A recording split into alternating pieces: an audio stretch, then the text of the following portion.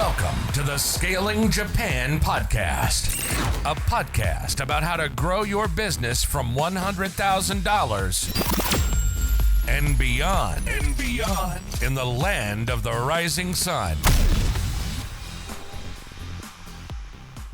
Welcome to the Japan Scalers podcast, where I interview entrepreneurs, country managers, and directors who have scaled companies in Japan. And on today's episode, we have Michael Stobo. He helped scale Tripadvisor in Japan.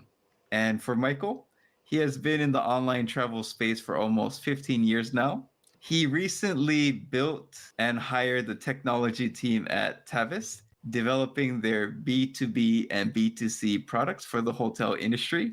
And from 2014 to 2019, he was APAC Group Product Manager for Tripadvisor, based in Tokyo, and growing Tripadvisor's APAC site for revenue, traffic, and engagement. And we've invited him here today to talk about his experience scaling Tripadvisor. Before we start, here's a quick introduction to myself, your host. I'm the CEO of LaunchLab. We support setting up a company and back office in Japan. We also provide affordable advisory on raising capital, IPO, and other finance topics. I also run Scaling Your Company that provides courses and sales advisory and digital marketing agency services for the Japan market. If you need help, feel free to reach out. It's great to have you, Michael, and please tell us a little bit more about yourself. Thank you, Tyson. It's great to be on the podcast. I do enjoy listening to these. So I'm originally from Scotland. I joined the travel industry in 2010 in London with Tripadvisor. And we were launching Tripadvisor into new markets globally. So some sites were a completely new language for Tripadvisor. For example, Tripadvisor Thailand was my first project. I then was lucky to have a secondment in Beijing to help with the growth of the China business before returning to London and then coming to Tokyo in 2014 to help grow the APAC sites for Tripadvisor. Back in 2014, it was clear that Asia was the fastest growing part of the world in terms of travel industry. Gotcha. And particularly Japan, the government at the time had won the right to host the 2020 Olympics. And they had devised an economic strategy which heavily included tourism. That included a 20 million inbound visitor target for 2020, which very rapidly, I think in 2016, had been achieved and was then extended to a 40 million target. So Gotcha. So it was actually planned. It was planned. It wasn't purely coincidental. The two were related. And so my arrival in Japan to lead the APAC product team coincided with that happening in Japan. Interesting. Now, I think it's interesting when you kind of enter like a field or a market when there's a big social trend or like, a macro trend happening. Definitely. And it's been fascinating to see over the years. It's now 10 years in Tokyo. It's been incredible seeing the growth in the travel industry in terms of inbound visitors, and also seeing how the travel industry has changed here within Japan. As you go down the Shotengai or into the mall, you used to see a lot more JTB or HIS physical stores. And Japan has been rapidly catching up with the rest of the world, where so much of the travel booking and travel planning is now done online rather than in physical stores and using brochures to do that. Yeah, no, it's been kind of a wild ride. And could you tell us more about Tripadvisor? I'm sure pretty much everyone knows about Tripadvisor, but getting to hear it from the former product manager's mouth themselves. Of course. So Tripadvisor is travel site. It's the biggest travel site in the world in terms of global traffic. And Tripadvisor provides hotel reviews, restaurant reviews, experiences reviews, and has other services like flights, forums, message boards to help people discover what they can do in a location. As part of the work coming to Japan, we were keen to grow these services and make these services more useful to the users here in Asia. And there's both a B2C element to this. So people who are planning a trip will look for information online. They might search for their hotel name. They might search for a city name. And very often they will land on Tripadvisor and be able to read and discover what's good about this hotel, what's the best thing to order in this restaurant, what are the best tours or activities to book in a city. Tripadvisor is unavoidable, as I like to say. Like, let's say if I wanted to or I like to do things on my own, do my research, it was really nice just having what are the 200 things I could do in Thailand or Kuala Lumpur, and just kind of go backwards from there. So I thought that's right. There's great depth of information on the site. And so in Japan, we were looking to serve both the domestic market, so people who are living in Japan and traveling in Japan, people who are Japanese and are traveling outside of Japan, and then, of course, helping people coming into Japan to visit Japan. So there were three elements on the consumer side that all had slightly different projects to help improve the experience for these different purposes. There was then, of course, the B2B side where hotel owners use Tripadvisor. They upload their photos and their content. They reply to reviews to clarify information or to thank people for their stay. And so there were also projects that we carried out to help on the B2B side of the business and help the hotel owners, restaurant owners to manage their presence on the site. So two-sided, B2C and B2B. Gotcha. When I was hearing especially the B2C side, just and that you're the product manager too, I'm like, wow, that sounds like a lot of work, or not a lot of work, but let's say it's making decisions on focus. I was lucky to be working alongside great colleagues around the world who had more dedicated focus, if you like, on the hotels pages, the restaurant pages, the business services, where I, as the group product manager for APAC, where I was tasked was with improving each of these offerings on the site as much as possible for the users in APAC. Some projects were very collaborative, where I would input what we knew, what we could see from data, what we were hearing from feedback on how something would be better in Asia. But other things were what I call invented in Asia for Asia. And these were things which still had to collaborate and work closely with colleagues to see how the new proposed service would fit within the rest of the Tripadvisor offering. But these were things that, being invented here in Asia, we had, I guess, more control and more influence over. And so with that is, what does a product manager actually do?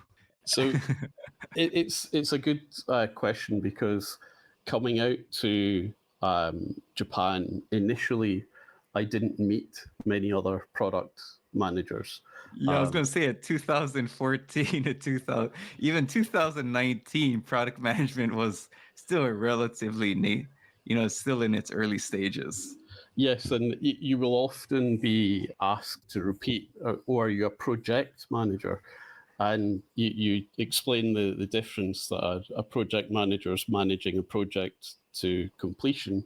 A product manager is managing all aspects of the product. And so what I like to describe to people is how that you have the product life cycle from what do users want in the product. You go through that product discovery.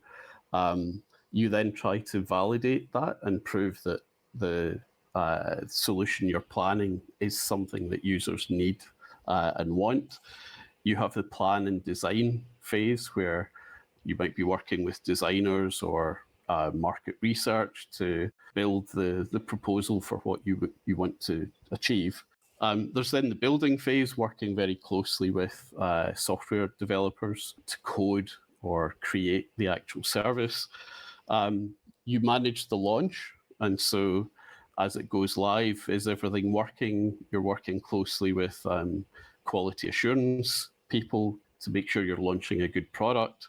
And then you go into the measurement phase. Is it doing what you expect? Are you seeing the right number of clicks? Is it higher, lower than you expect?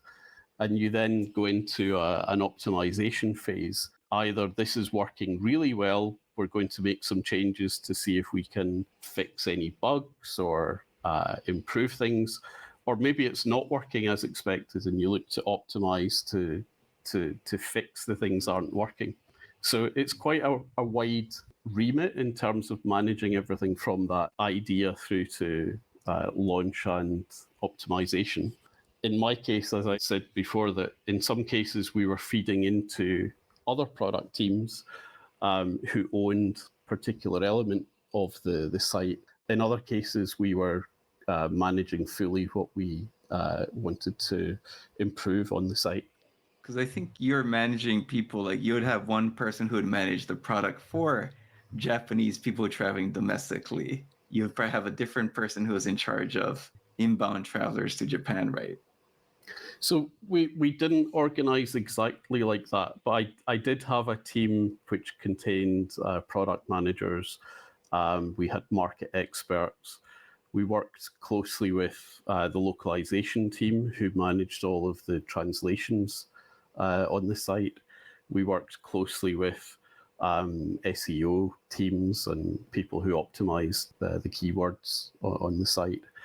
We worked closely with partnerships team, content team who managed the listings and the photos on the site, and managed the review moderation as well, because Tripadvisor is always very advanced in its review moderation and making sure that there's no scope for fraudulent reviews appearing on the site. And so we'd be working to make sure that either Japan and APAC were front of their mind for any changes they were making, or we were making suggestions of things that perhaps would improve the experience in Japan and APAC if they were included or changed. I think separate from today's episode, we might have to do an episode in the future about interdepartment communication. I'm pretty sure you have like a black belt. You might be like a 5th-degree black belt. And I was just thinking like, wow, that's like a matrix organization on crack. It was fascinating, and it was always good fun. We were working with colleagues from around the world. Headquarters was in the USA. The localization team was based in London. We had local partnership and content team people in Tokyo, but also their regional counterparts in Singapore. So it was common to be on a call and not have another person from the same country part of the call. It was very international. Yeah, and often unusual times of the day. You'd be in a late call to speak with the US, or on a early morning call to speak to a different side of the US. Yeah, I was going to say, like, I mean, Google's famous for their matrix organization, but now just listening to them, like, maybe you gotta talk to Michael.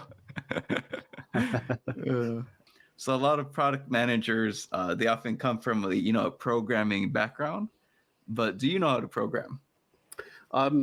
No, I don't come from a programming background. I started my career at Reuters, the news and data company.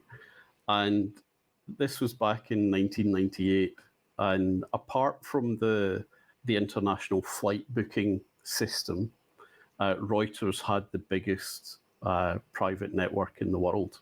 And I joined to do the business management graduate program. There were 4 different assignments, so you got a flavor of marketing, project management, Gotcha. strategy, etc. And so what became clear very quickly was that the skills that were needed in the emerging internet industry at the time were things that I had experience in at Reuters, because although it wasn't the internet as we know it today, it was still organization of data. It was still how do you optimize the product and display it for professional users? How do you update that product? And so I would say I'm very technically literate, but I'm not a developer. I can't code. Yeah, and I was kind of wondering, like, in this case with Tripadvisor, that might have actually been an advantage. That I you're think maybe more focused. You're more focused on the product or the customer. I think so. I think at Tripadvisor there were product managers who came from a technical background. There were also product people who came from the industry or more of a product marketing background. I think there's space for all types within the product ecosystem. Our head of product at the time, he actually has what he calls a product matrix, where you can identify what type of product manager you are, whether you're more of a technical product manager, whether you're more of a data driven, or more of a, I guess, marketing consumer driven product manager. How about yourself? What category were you in? Like strategic or more the product side? As you said a minute ago, very focused on the end user. And where in previous roles in other companies I had been perhaps the builder, so the 0 to 1 product manager to actually build the service. In Tripadvisor, apart from launching the new sites, which, for example, Tripadvisor Indonesia didn't exist until my team delivered that, a lot of what we were doing was more on the optimization side of product, particularly in the early years, 2014, 15, 16 in Japan. It was later that we then did more of the 0 to 1 new product. And so I think that advantage of having some marketing experience in the past, having managed teams of community managers in the past, and understanding where pain points can be solved through product changes. Those things were especially relevant for the work at Tripadvisor. Yeah, because I think the more we talk, it's even without that matrix, like I think it becomes really apparent, just like your sense of like, what does the user really want? It's I think when we're preparing for this episode, like, what is your advantage? And I think you're very modest, very humble, but I actually do think like in terms of managing that level of complexity, like, that many different target audiences, this many product managers, I was like, how can I know Michael has a really modest answer here, but how can I really bring it out? I think the part of the modesty, I think, is the fact that when arriving in Tokyo, not speaking Japanese, only having visited for a week a few years previously, it would be completely arrogant and inappropriate for me to come in and say I know what needs to be done here. I think I was very lucky, both in the wider company, having great people to work with in, say, SEO, content design, but especially in the Japan office, having people who were very passionate about the travel industry in Japan and able to get me up to speed very quickly on some of the very unique things about the travel industry in Japan. For example, one of the first things that we tackled was Japan prices hotel rooms per person per night, not per room per night. And so how you default the price display on the site can either make you look very, very cheap to the rest of the world or very, very expensive to a domestic audience. And so the logic around price display and giving users the ability to input how many people are staying so that they get the relevant hotel price was one of the first projects we did. And the team had been trying to get this change made for several years, but it needed knowledge that I had of who the right team was to deal with this, ideation around how we could possibly make this work on the site, because not all of the partners providing hotel prices to the site were able to provide a per person hotel rate. So it wasn't a blanket solution. You couldn't do the same thing across the site. You had to work closely with the team who ran the hotel pages to make sure that in certain circumstances, so on the Japan site, people searching from a Japan internet address and people selecting these partners saw a certain display of price. Well, it's not basic, it's a fundamental thing about the hotel industry in Japan. That's how it works. And it only really does that in Japan. And so one of the things that I always had to give thanks to my peers and colleagues around the world was that they were looking at how do we make the hotel pages better for everyone.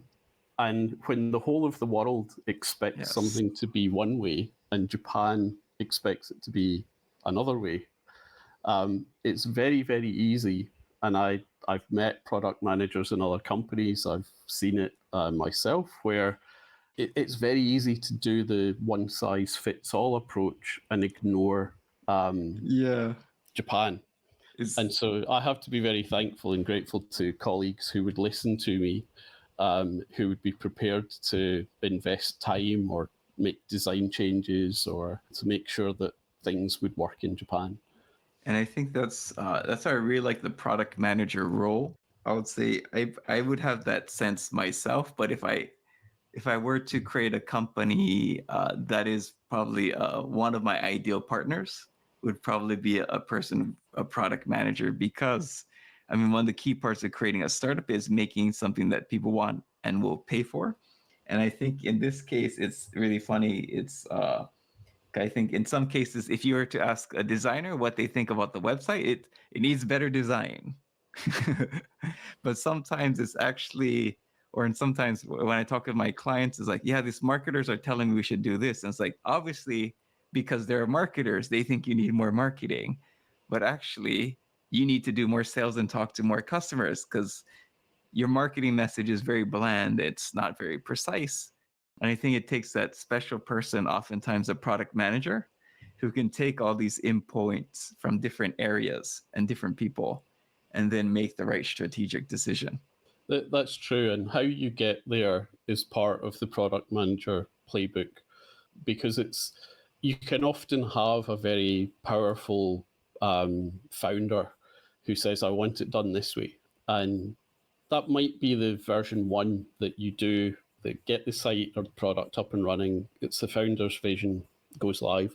What you also then need to look at is, do you have all the product discovery you need? Have you talked to the users? Have you thought through the different user stories to identify where multiple use cases apply on using the product? And then actually validating those. It is the thing that you think your primary purpose, and that's what you've built. Is that actually the primary purpose? And quite often you can find that people are measuring things that don't actually tell them the proper insight. Back in the early days on the internet, there were a lot of sites that were trying to increase time spent on site. And that's a tricky one to implement, because in one hand, you might actually want people to read every article on the site. And so that is what you want them to do, that spend more time consuming everything you do have on the site. In other cases, it might be, I just need to find the phone number or the password reset button. And your design might actually put those things further away from the user. But at the same time, you're measuring that they've spent longer on the site and you're happy with that. But you're actually making it harder for your users. And so thinking very deeply about what you're trying to do and how you measure that and how you know what success looks like, it is part of the role of the product manager. I think this is a really good topic for people in the startup world to hear. So I wanted to kind of dive in. Hello, listeners. I'm excited to announce my live cohort course to help you increase your sales in Japan. Many foreigners struggle to turn first meetings into second meetings because they lack a sales pamphlet that follows the standard format in Japan. Even if you have a good first meeting, your internal contact will hand over your current sales pamphlet to the decision maker, and they'll take one look and say they don't get Japan. My live 4-session cohort course will teach you how to make a sales pamphlet in English using the standard format in Japan. You will receive a sales pamphlet template, more than 10 examples from Japanese companies, and a lot of feedback, so you can end the course with a sales pamphlet that gets more meetings and therefore more sales. Getting one extra deal will more than pay off the course, so joining is a no-brainer. You can find more details of the course at scalingyourcompany.com/sales pamphlet. And we'll have a link in the show notes. So I think next we'll kind of bring it back to Tripadvisor and kind of the scaling aspects. But so I guess in 2014 was the year brought to Japan. They wanted you to scale the Tripadvisor platform, but can you kind of tell us the situation that you kind of found yourself in when you first came? Sure. So Tripadvisor Japan had been live for about 5 years. And the way that the site had developed was that it was a Tripadvisor.com was the initial site. When it was created in the early 2000s, the world went live when there was content to go live. So on day one, it was, I think, Caribbean, key North American cities. And over time, pages for the rest of the world appeared. And so when it got to the stage of launching new sites and new countries, it was a big localization task, a translation task. What was perhaps needing more attention was, is every hotel in the country on the site? Is every restaurant in the country on the site? Is everything you can go and see on the site? And so that depth of content was one of the big question marks. Did the APAC sites have the content they needed? In 2014, Tripadvisor was number 8 or 9, I think, in terms of traffic for travel in Japan. By 2019, when I left, it was number 3.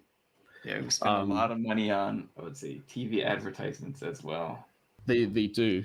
And that growth from top 10 position up to number 3 was not everything that my team did. Obviously, we were part of a bigger group of people all pushing and achieving the same thing, but it was such a huge growth in terms of the traffic because of the things we did to make the site more helpful and appealing for travelers. Cool, thanks for sharing that. And I know that, let's say, Tripadvisor was like a really, really fast work environment. We were. So the founder of Tripadvisor, Steve Coffer, he had a sign on his door which said "Speed wins," and one of the key fundamental ethos of the company was to move quickly. And so we were working in an environment where, when I was at Tripadvisor, there was a weekly release cycle. So every Monday afternoon, Boston time, there would be a major release of all the new projects going live to the site. And we were trying as the APAC team to have at least one project in every release. It wasn't always possible. Some projects took longer to code. Some projects, as they came out of development, we found in the QA, so we didn't always hit the target release date. There were some more bugs to fix, but that was the aim. We were looking to make as much beneficial use of the engineering resources we had been allocated, and to make sure that we were constantly improving our site.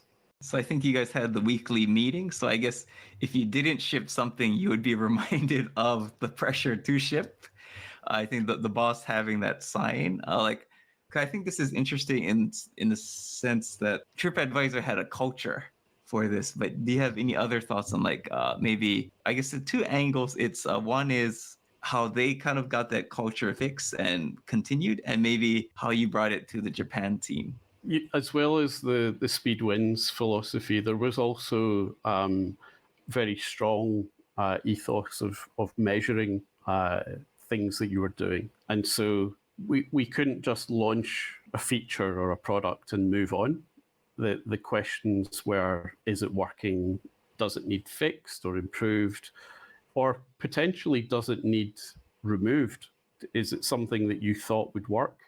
It hasn't worked, and therefore we should remove it from the page, because we don't want pages of links that users are not finding relevant on the pages. So these were all things that were valued in the company. I think your point about how did this work in Japan is an interesting point, because, and I heard this on other examples of the podcast, Japan likes to be very thorough and very complete with everything. The whole omotenashi and quality of service culture is that everything has been thought of. And so the idea of launching part of a product or service for the later parts to follow in a few weeks' time isn't really the natural way of doing things here. And so when you're discussing how we're going to take this product improvement idea from Japan, but we're only going to put part of it live and see if people are clicking on it and using it, and then we'll add the other features later, wasn't something that people were necessarily comfortable with initially. I guess within product management, within software development, you have the different methodologies, and generally within, I think, most tech companies, there's some form of agile being used. And agile, where teams manage themselves and organize themselves to create a delivery development process which is designed to work at speed.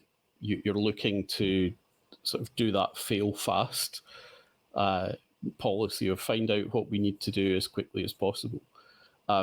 Japan, I think, works generally more on a waterfall basis, where every step in the process happens methodically.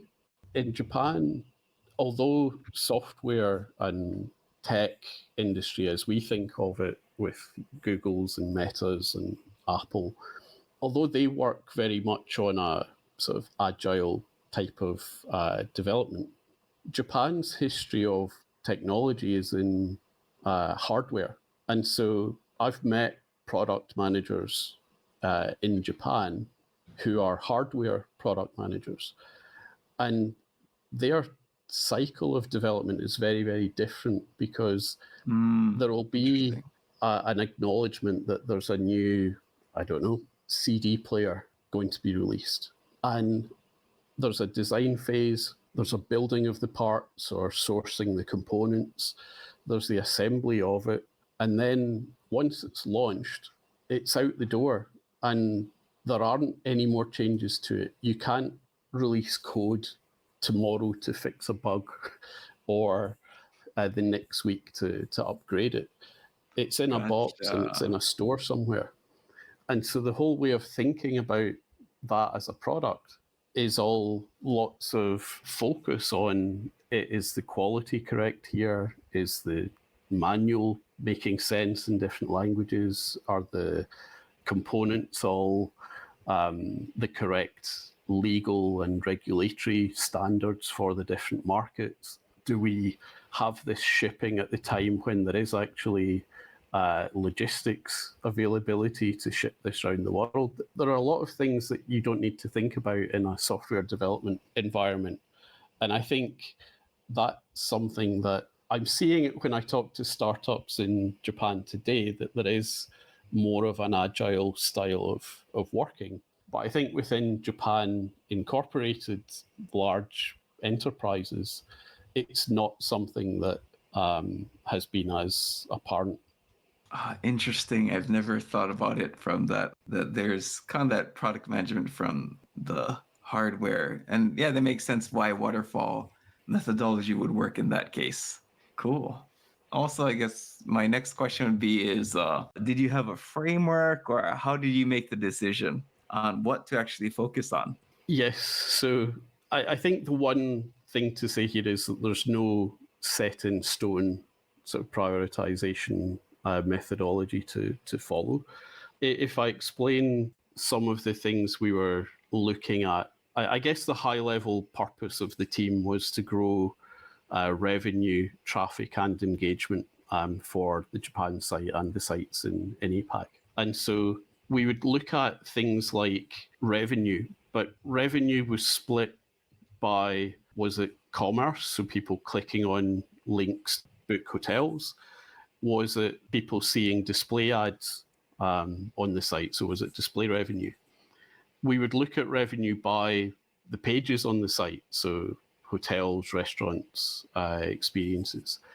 But we would also look at that by domestic.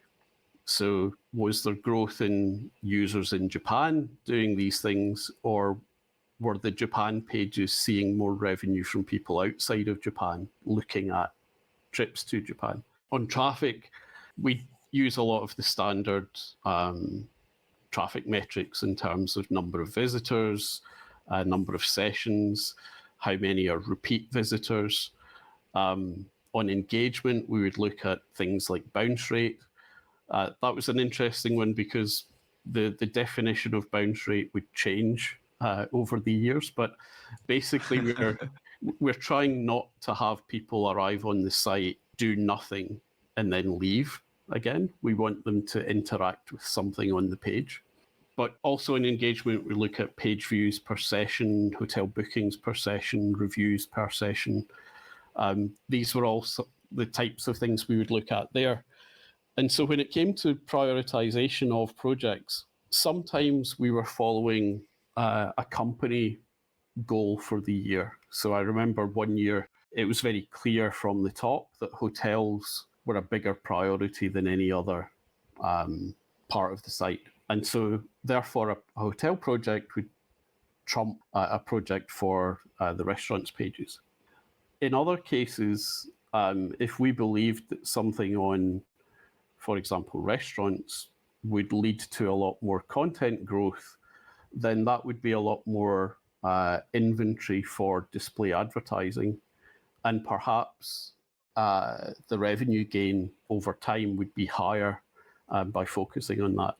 And so sometimes we were influenced by corporate goals. Other times we were looking very much a local basis that we did have priority sites. Japan was our number one priority in APAC. Globally, at the same time, we were looking at growing Brazil and Russia.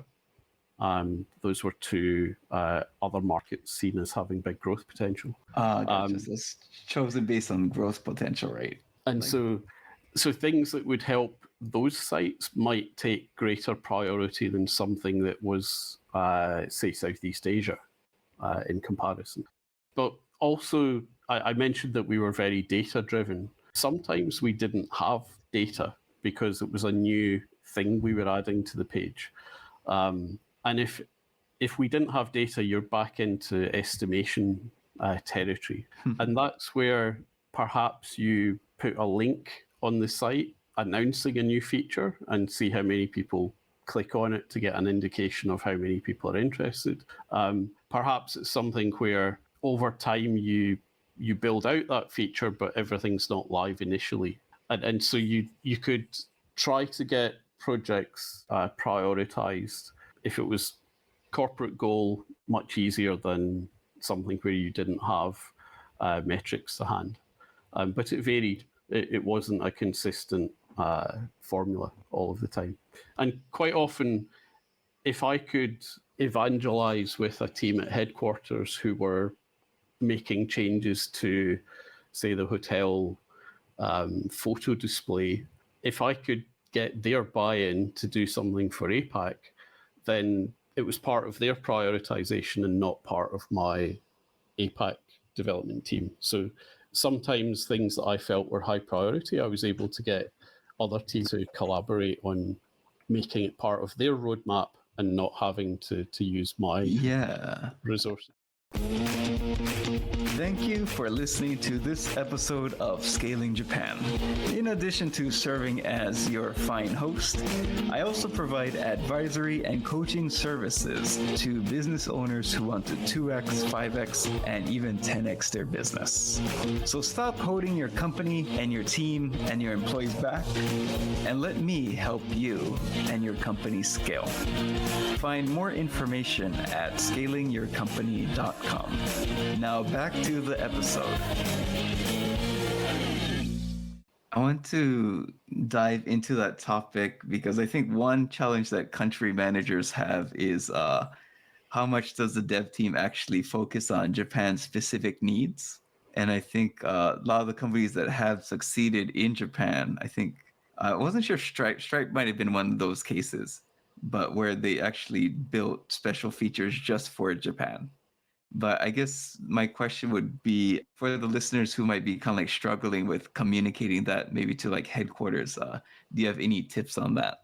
I think it's a common issue across large companies. You see large companies will come into Japan, try to roll out the global product or service, and then find that it's not working. In many cases, Japan is so different, it needs to have a different site or it needs to have complete control over its own product. I don't completely agree with those arguments because I think very often it's easier to just separate things and build your own version of something than it is to collaborate with the global team. And I think in many cases, the things that are difficult in Japan, like the language display, like the quality needed on the translations, the expectation that you will have a phone number that people can actually contact and get through to. There are things that can be solved usually on the existing platform. And what we were keen to do at Tripadvisor was to make sure that we weren't separating the sites, because you then are asking the local team to manage everything. The hotel pages, the restaurant pages, the flight pages, and you don't have that level of expertise in the market. Because that was going to make sense for me, or when I think of TripAdvisor, if someone were to say like, "Oh, I did SEO at TripAdvisor," like bow down. If you could survive at TripAdvisor and SEO for like 3 to 5 years, you're like kami-sama level. Yeah, and I think things that work in the rest of the world, they don't necessarily work in Japan, but they're probably mostly going to work in Japan. And so SEO is a good example where what we found working with the global team was that if you actually have deep level discussions on when do people use kanji to search for things, when do they use hiragana, how does that differ on a mobile device versus desktop, how do people play with words here? And so one example which I think we did solve for in the site, was McDonald's in Japan. In the Tokyo area, I think it's Maka, and in the Osaka area, it's Makudo. But the actual official name in katakana in Japan is Makudon Ardo. Which is quite long. It's quite a mouthful. It's the full name. And so as you're entering into a device, desktop or laptop or mobile, there are things that are just faster to do if you don't have to switch character sets or you don't need to select kanji for things. And we found that there are abbreviations. Japan's very playful with language. You'll often have two words merged together to form a sort of slang word to mean something instead of typing everything out at length. And so we identified things with the SEO team that were really valuable when we optimized the site to have those keywords. It meant that you were suddenly showing up in searches for these terms. But another example is the word gourmet. It's not a Japanese word, but we picked up on, I think this was in 2016 or so, that gourmet was a popular search term in Japan. So gourmet plus cuisine type. So gourmet tonkatsu, gourmet yakiniku. And optimizing the site for those things had big impact. And I think that's where a separate team managing those things for Japan, I think, would still have had those successes, but they then maybe wouldn't have had the overall benefit that was coming from a centralized team managing all SEO across the whole business. Because the other thing, people still in Japan travel outside of Japan. And so you want the rest of the site, when they go outside of the country, to still be relevant and helpful for them. So having teams outside of Japan managing the suppliers and the partners to help people when, for example, they visit Hawaii, it is of overall benefit. And so I strongly think that Japan separating off and having its own local site separate from global platforms, I've not seen a strong argument for it. I tend to find that the local site is of lower quality or lower functionality. It might be higher quality in terms of translations, in terms of tone for Japan, but in terms of functionality, I think it can often be detrimental. Yeah, for me, this is really interesting because that is also a common complaint I hear. My thoughts on it is that helping some corporations, where I did check out what the corporate did, I was like, actually, corporate's not that impressive. And I can see, like, when corporate is not impressive, they're not world class at something, but they try to push it down. I think that tends to create a lot of conflict. But I thought one advantage for Tripadvisor is that it is, or my assumption was it was a world class team. But in your case, getting the Japanese team to realize that actually Tripadvisor is world class and we could actually get our goals. But was there any types of communication you had to do to kind of help ease it in with the Japanese team? Initially, it was a lot of influence and meetings and discussions. And over time, as we made product launches that had big impact on the Japan site, that led to growing confidence and trust that the way we were trying to operate was working.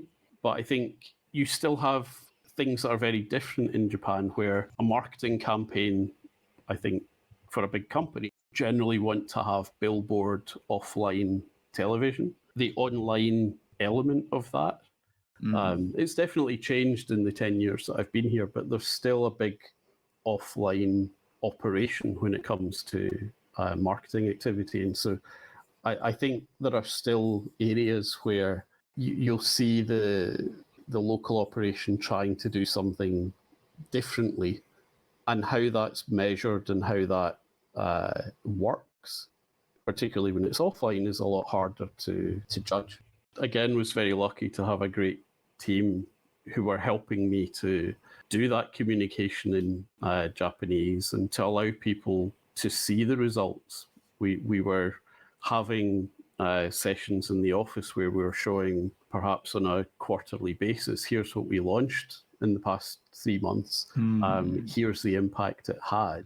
We were very open also to having the Japan team give us suggestions on things that we should improve and things that we should fix. And so there were some great projects came from the strong feelings of the Japan team. One of them was the what ended up being the Mushi project. And this was really interesting because it became a global thing. This was back in 2015, 2016. Mushi is the word for bug in Japanese, and so we made the global project. And bug meaning insect bug. Yes, it means insect bug, but it allowed us to send reports around the company with big bug on the front cover. But what we were looking to do was I see what you mean. Raise awareness of bugs on the site that were affecting Japan. And so, again, coming back to user stories as a way of explaining this, if you're someone in the US and you've known about Tripadvisor for 20 years, you know the brand, you know what to expect when you come to the site. If you're someone in Japan who had always gone to the JTB store, booked things through a brochure, and suddenly on the internet you come across Tripadvisor and you're wondering, what is this site? What does it do? How can it help me? If the first thing you see on that site is a poor translation or a call to action on a button which is so long that the button doesn't work, the button's broken, or if you go to, I don't know, the Sapporo restaurants page and the #1 restaurant is a pizza restaurant, you maybe don't have confidence in using the site. And so we were seeing reactions of the local team really desperate to see these things fixed. And again, this is where I was very appreciative of global colleagues who could have said, well, it works on every other site, therefore it's 99% working. We did get buy-in and support of other teams to help us fix issues as we saw them. And that project, we looked at things in 4 different categories. Was it a display issue? So because Japanese doesn't have spaces between words, very often a sentence can end up with one single kanji or one single character falling onto the next line of a heading or a paragraph. And that always looks strange. In the typesetting of publications here, you don't see that. In local websites, the content is managed so that you don't have random characters falling onto new lines.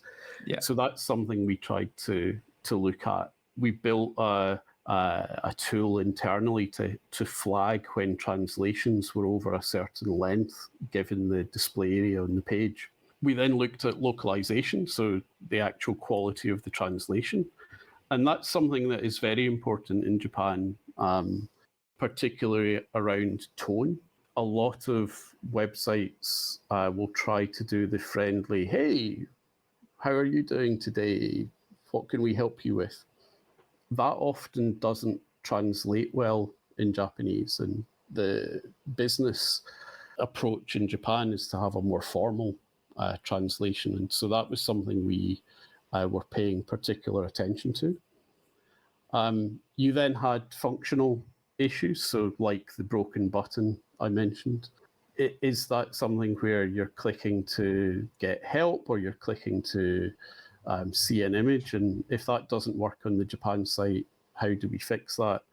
And then, of course, the credibility. So did the site itself appear to be strange? And that led to lots of different projects. Perhaps we'll need more time to cover those another time. But that work to address these issues greatly reassured the Japan team that everything we were aiming to do was to improve the overall quality of the business. I think there's a lot of good insights for people here to kind of work with the Japanese team and want to dive a little bit more.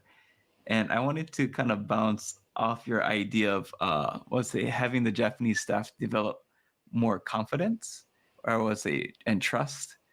And one, in my case, it's one technique that I've used with my all Japanese teams is kind of like, I think you're mentioning how you presented the results, the impact that the initiatives have done. I've done something similar too, where either weekly or monthly, it's like this is all the things we achieved.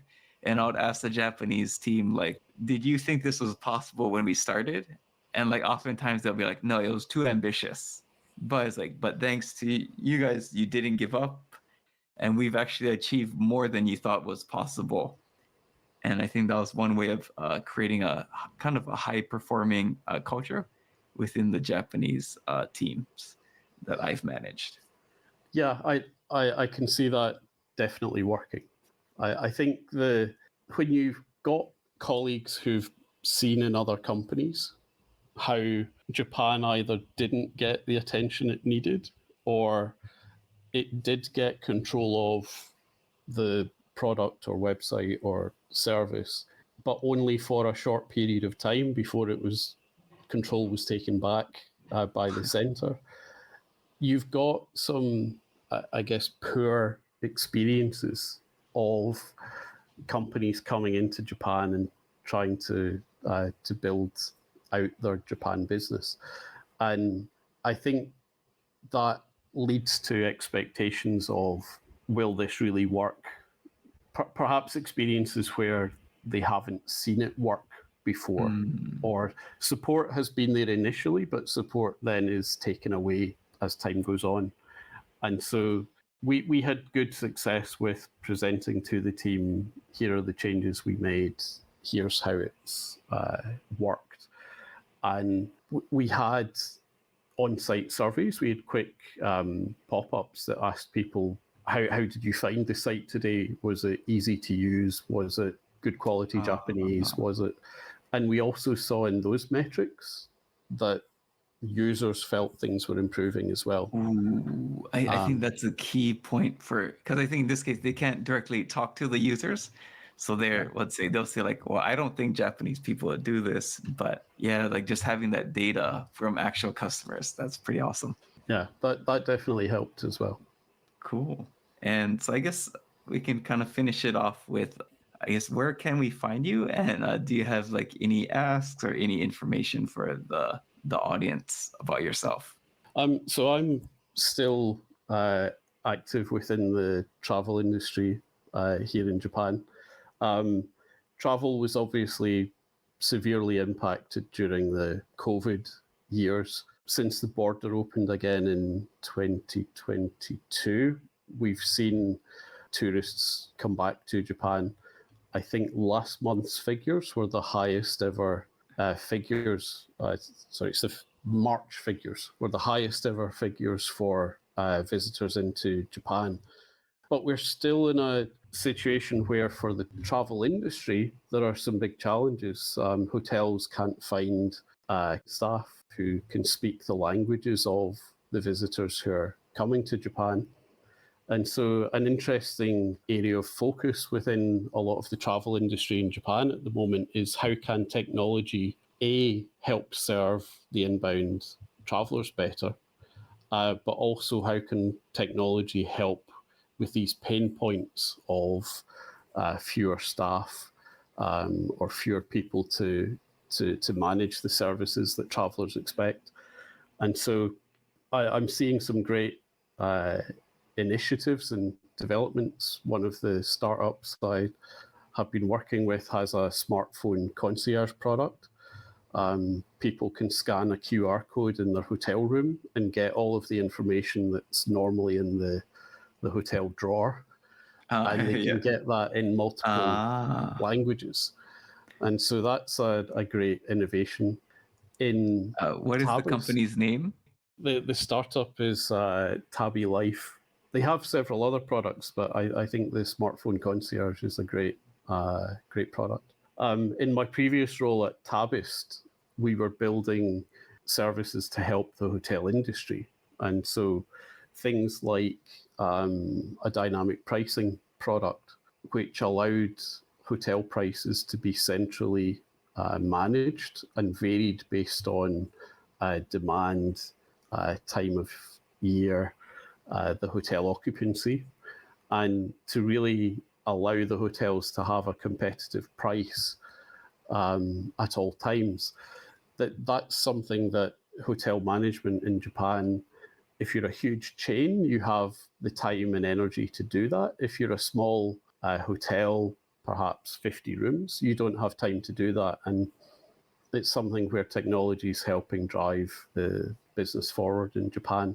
And so these are some of the areas I'm interested in. At the moment, I'm consulting with different companies. If anyone needs assistance with travel strategy, product management, please do reach out. I'm very happy to have an initial discussion and see if there's something we can work together on. Yeah, I'm pretty sure since you've been involved in product, you've done a lifetime of experiments and can probably go deep into many different aspects of travel.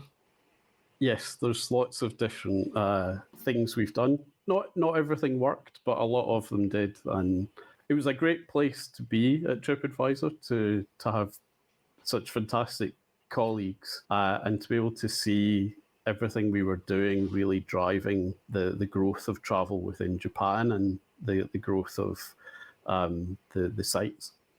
Yeah, it's really cool. And thanks so much, Michael. And we'll link to your website and your LinkedIn profile in the show notes. I appreciate that. It's been great talking today. I enjoyed it a lot. Thank you.